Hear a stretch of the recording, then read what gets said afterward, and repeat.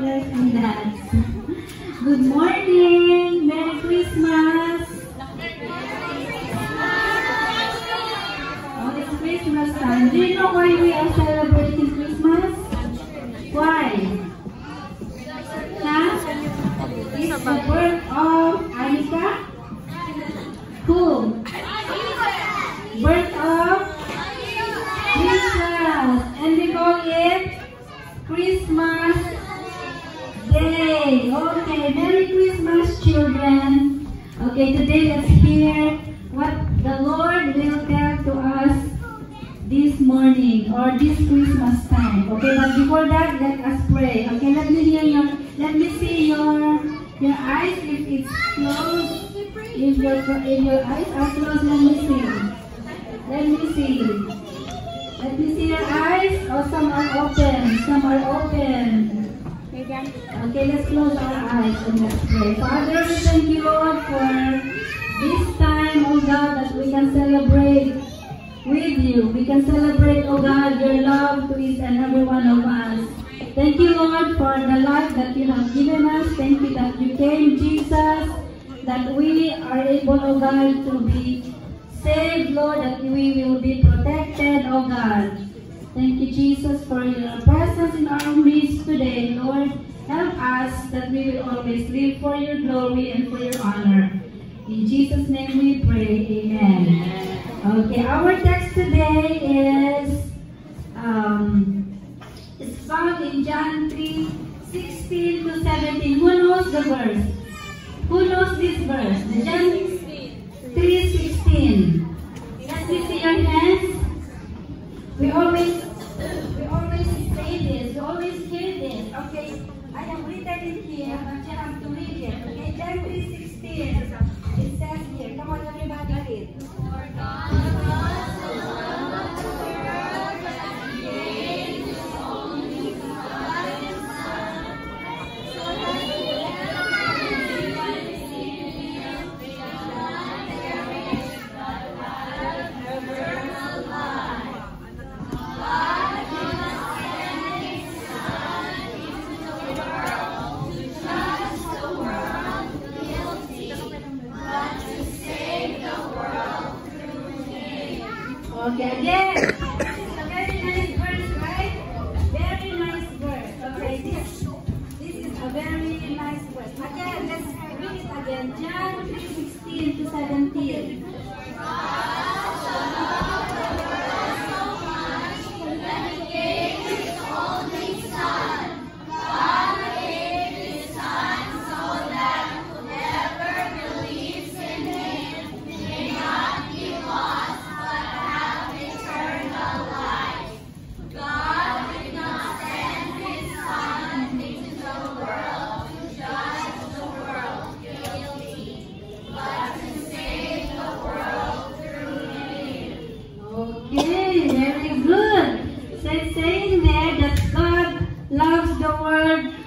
So much, right? Not only a little, it's a big time, not only very short, very small love or little love, but it's so much. Okay, it's very much.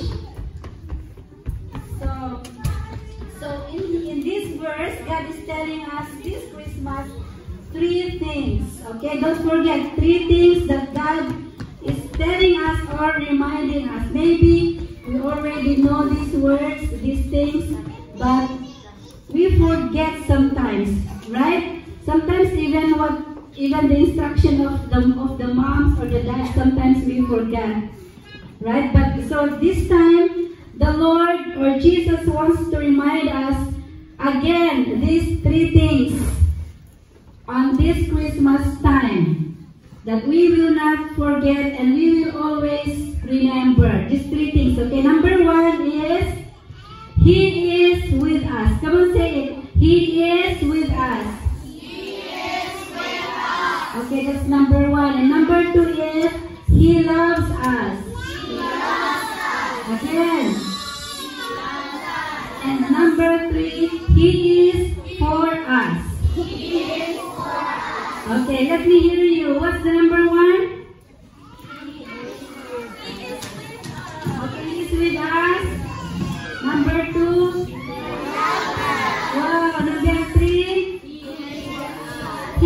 for us. Okay, so He is with us. God exists. You know what the word exist is? Huh? Exist is? Yeah, it's here. Okay, exist is, exist is, He is here, okay? So God is with us. And we know that He is here, right? God is here. He is our God. And that is something that we have to always accept. Just like, do you know that there is air that we breathe? There is, right? Air that we breathe. There is, right? Can you see air? No. Okay, but we believe there is air, right? So God is here. He is not here. We cannot see Him with our eyes, but the Bible says He is here and He exists. So let's just accept it. Let's just believe it that He exists and He is with us today. Okay, there is something here that says, a man is appointed with life, put up this sign in his room, God is nowhere. Where is that? I have written this text. He put this in his door. Okay, can you read this one? God is nowhere. He was so disappointed and he said, oh, there's no God. God is nowhere. I don't believe that there is God. But there is a believer of Jesus who went to his room, who saw this sign, and then he changed it. He put the W and the H apart. Okay, so when you put the W, like God is the now W here. there and the H, it will read as this one. Come on, read it. God is God is now here. Amen. So we believe that God is here, right? We believe God is nowhere, but He is here. Okay. So in Luke chapter 2 verse 10, the angel said to them, don't be afraid, because I am bringing you some good news. It will be a joy to all the people. So the good news is Jesus Himself. God gave Jesus to us. Amen. And this is the thing that gives joy to each and every one of us. So do you feel sometimes lonely? Are you lonely sometimes? Are you sad sometimes? Are you? Do you feel sadness? Sometimes, right? But Jesus came to give us joy. Jesus came to make us happy because He loves us. Okay, so what do we need? What do we need to do? So Jesus can always be with us. We need to pray, okay? We always need to be connected to Him. How do we connect to God? How? By praying. Okay, so who prays here every day? Who prays here every day? Like every morning when they wake up? Who prays? Huh? You're praying? Oh, okay. Let's start praying, okay? Because we need Christ to always be with us. And number 2 is He loves us. John chapter 10 verse 3, the man who guards the door opens it for him, and the sheep listen to the voice of the shepherd. He calls his sheep using their names and He leads them out. Okay. God loves us that He even knows our name. He knows our name. He knows Tara. That Tara is her name. He knows DJ. That DJ is his name. So and He calls you by name. He just says Hoy. No, He doesn't call you Hoy or boy or girl. He calls us by our name. Okay, because God loves us. Okay, and He's saying to us, I love you. Once upon a time, there was a girl whose parents had died. She lived with her grandmother in a small room on the second floor. One night, a fire broke out in the house and the grandmother died while trying to rescue the little girl. The fire spread through the house very quickly and the first floor was soon engulfed in flames. The neighbors tried to enter the house but were blocked by the flames. They could hear her cries in the upper room but were at loss what to do. Before the firemen could arrive, one man suddenly appeared with a tall ladder and decided to reach for the window. He climbed up, broke a window, and disappeared into the house. After a few anxious minutes, he soon reappeared at the window with the little girl in his arms. He brought her down just as the small ambulance arrived and took her quickly to the hospital. The little girl survived, but the man who saved her disappeared into the night. A few months later, the little girl went before a judge who has the responsibility of placing her in a foster home. So they're going to put the girl in a foster home because she didn't have parents anymore. She didn't have the grandmother. Okay, so they have to place her in a foster home.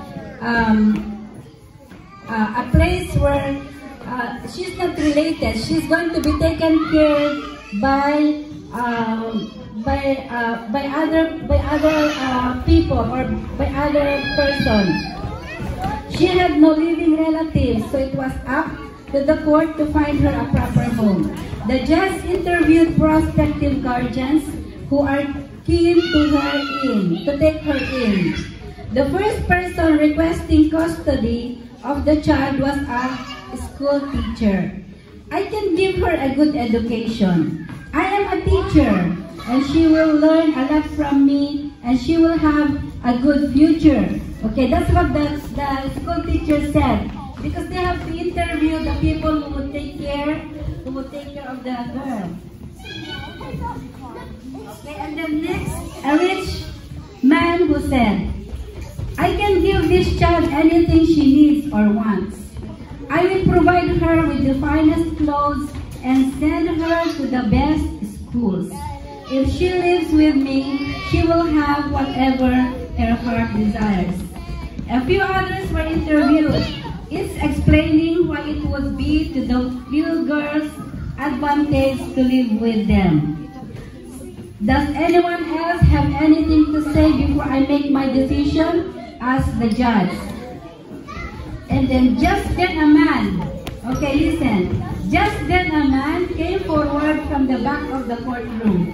He walked very slowly and with a slight limp. From his old clothes, it was obvious that he wasn't rich or well educated.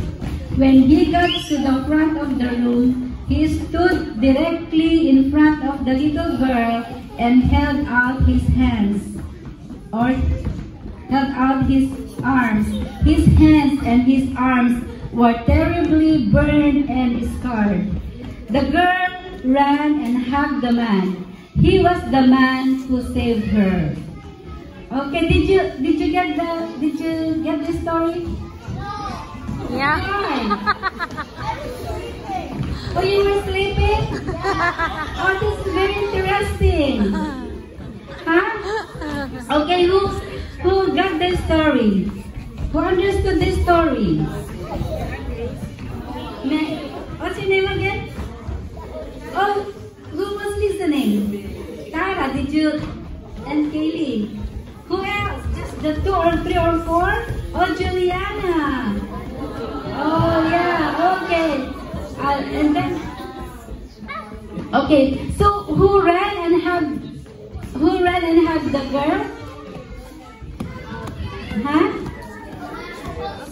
The man who saved her from the fire. Right? Okay, so there's, and then at that point, the judge said, I think I've just made my decision, and the court was adjourned. So who took care of the girl? Huh? Angelia. The man who saved her from the fire. And to us, that is Jesus. He came to save us from our sins. Amen. Who believes that God can give us nice clothes? Who believes that Jesus can bring us to nice schools? Jesus can do all of this. Plus, Jesus can save us. Amen. From our sins. Other people, they can save us from our sins, but Jesus can save us. Okay? Do you know that song? Jesus, the Bible tells me so.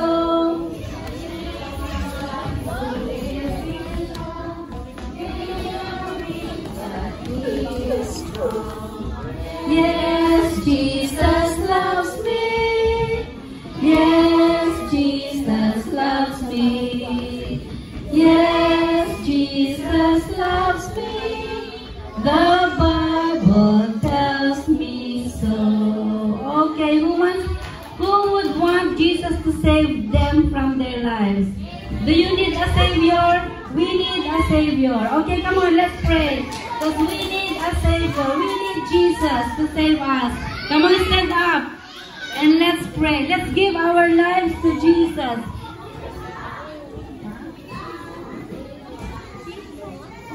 No, we always pray. We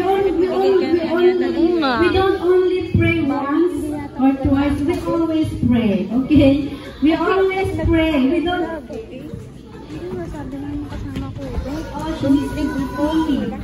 Your tummy. Okay, who wants to receive Jesus in their hearts today? You want to receive Jesus in your hearts?